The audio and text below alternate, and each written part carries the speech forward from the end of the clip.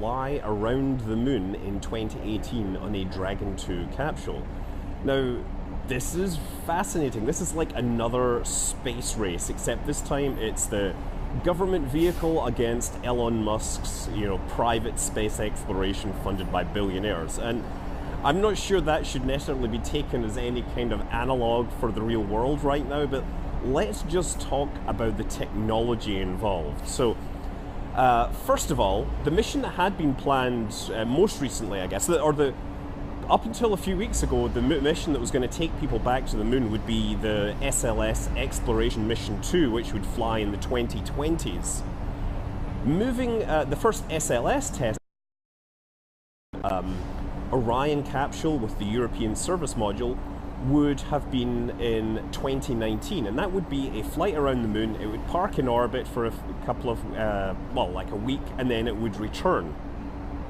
So SLS is NASA's heavy lift vehicle that they've been developing because they believe that NASA has needs that commercial markets aren't supplying in terms of needing heavy lift vehicles capable of pushing more than 70 tons into low Earth orbit and say 25 tons to the moon. So the SLS Orion, the SLS is built using essentially old shuttle parts. So the first stage is 4 RS-25 engines burning hydrogen and oxygen. That is the same engines that powered the space shuttle. On the side of that, there's 2 boosters, which are identical to those used on the space shuttle as well. So essentially you have a space shuttle stack, but without a shuttle stuck on the side, you have a payload placed on top of that. So for EM1, there will then be a second stage, which is the interim cryogenic propulsion stage. That is essentially similar to a Centaur. It's the Delta upper stage. It's going to use a single RL-10 engine burning hydrogen and oxygen again. A very efficient engine used for 50 plus years. So again, very reliable existing engine. And then the upper stage, the Orion is going to use a European designed and built service module.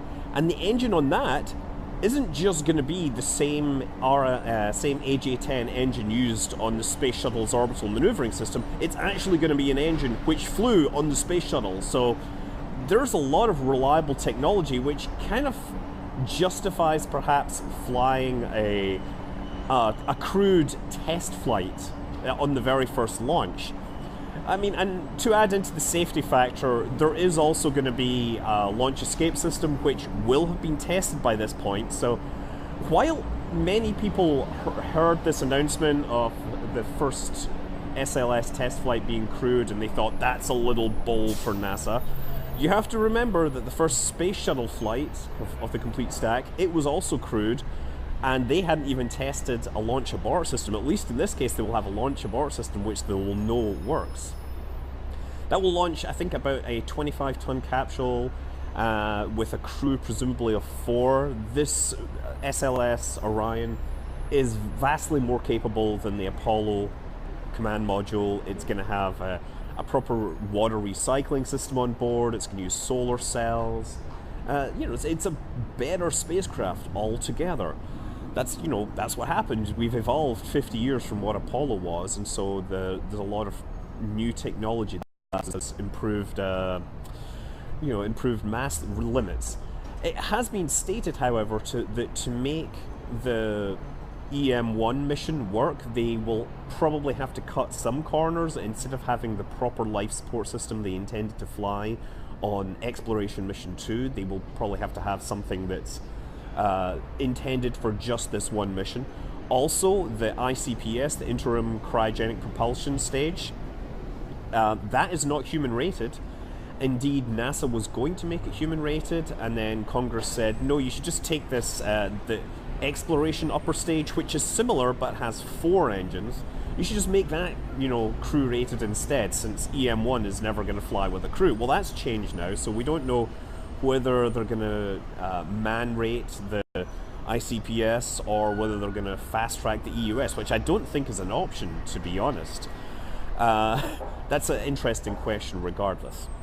Anyway, yeah, on the SpaceX side, 2 private explorers, but Elon Musk made it very clear that if NASA wanted to buy the seats, they would be welcome, they would take priority. Now, end of 2018, that's not very long. They will have hopefully flown their first crewed test missions to the space station as part of their commercial crew program. And then, yeah, flying out to the moon and back in a week. This would be a different mission profile. So, while the Dragon does have, you know, propulsion systems and everything on it, it's not going to have the big service module that the Orion capsule will have. So it's probably not going to go into orbit around the moon. It's probably going to be a simple free return trajectory. And the fact that he said it'll be a little more than a week in flight strongly supports that this will be literally a swing around the moon and a return to Earth with no time spent in orbit. Also, because they're using cryogenic propulsion, they probably won't spend much time in low Earth orbit either. They might spend maybe 1 or 2 orbits at most, and then boost directly into a lunar transfer orbit, a free return trajectory. Now, this actually isn't far beyond what SpaceX is already doing. If you look at the mass of the Dragon 2, I think I've seen 6.5 tons. The SES-9 mission that was launched to geostationary transfer orbit, that was 5.5 tons, and they almost landed that. And when I say almost, they hit the carrier ship, the landing barge, and we saw a big hole in the deck.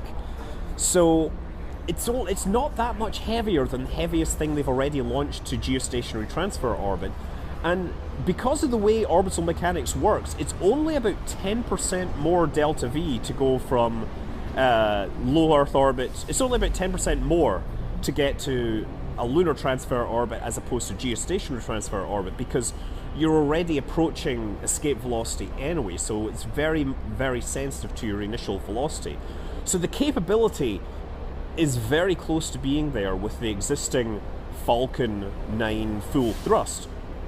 And this is going to be a flight of the Falcon Heavy. That is the one where they strap 2 extra Falcon first stages onto the side and use that to boost it up. So this is totally within the capabilities. It's a lot lower or it's a lot lighter than what the SLS plan is. So there's definitely air between these 2 missions. However, this would be something of a coup if Elon Musk could pull this off. I mean, he's said for a long time that he thinks that he could do SLS better. Let's say that he thinks that, that's what I've heard. And maybe putting words in people's mouths. That Falcon Heavy is going to be able to put a lot of mass into low Earth orbit, like 50 tons into low Earth orbit. So the 70 tons of the SLS doesn't seem that much more impressive, but that is SLS Block 1, and there's a series of evolutionary steps which will take its low Earth orbit mass up well above 100 tons. So there is definitely a potential need for the SLS, but let's not forget Jeff Bezos and his plans.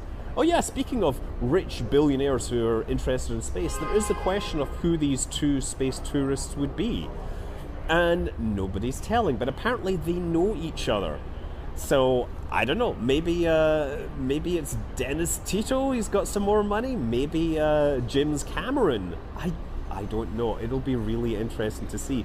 But as it stands, it's fascinating to see that we have another moon race going on. While the SpaceX plan is, you know, much more aggressive, it's also much more likely to be delayed. And we're not saying that the NASA plan won't meet with delays either.